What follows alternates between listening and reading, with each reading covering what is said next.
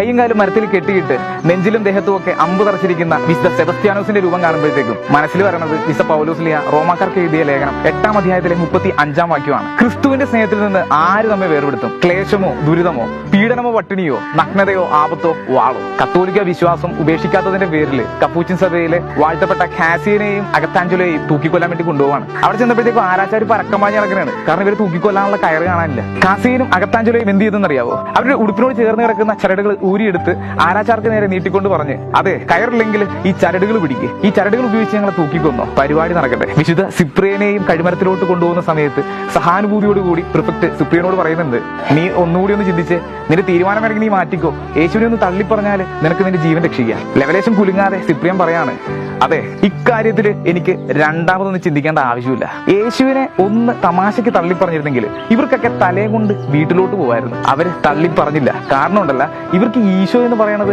പുസ്തകത്തിൽ വായിച്ചു കേട്ട ആശയമോ മിന്നിമറിഞ്ഞു പോകുന്ന വികാരമോ അല്ലായിരുന്നു, മറിച്ച് ജീവനായിരുന്നു, ജീവിതമായിരുന്നു. വിശുദ്ധ പൗലോസ് ലീഹ പറഞ്ഞതുപോലെ അവർക്ക് ജീവിതം ക്രിസ്തുവും മരണം നേട്ടവുമായിരുന്നു.